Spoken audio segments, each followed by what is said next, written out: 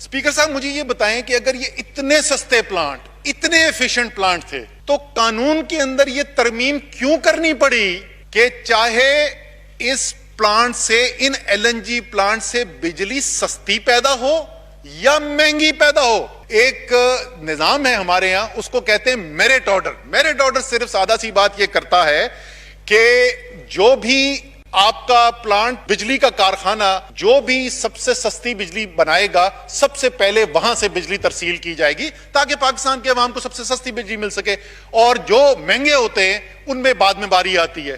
कानून के अंदर तरमीम की गई कि ये एलएनजी के जो प्लांट्स हैं ये मस्ट रन प्लांट हैं। मस्ट रन यानी चाहे जितना भी महंगा हो आपने इन्हीं को चलाना है। अगर ये इतने एफिशिएंट प्लांट थे तो ये कानून में तरमीम की जरूरत क्या थी? मैं आपको बताता हूं तरमीम में क्यों जरूरत थी। सर, हमने वो कानून बदल दिया है। हम वो बोझ पाकिस्तान के अवाम पर नहीं डालने देंगे।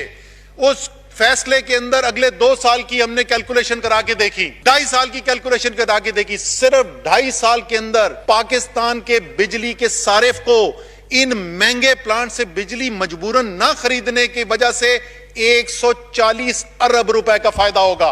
140 अरब रुपए यह टीका लग रहा था। थर्मल एफिशिएंसी के बारे में हम सब डिस्कस कर सकते हैं, लेकिन इस बात का सादा सवाल का जवाब जरूर हमें चाहिए।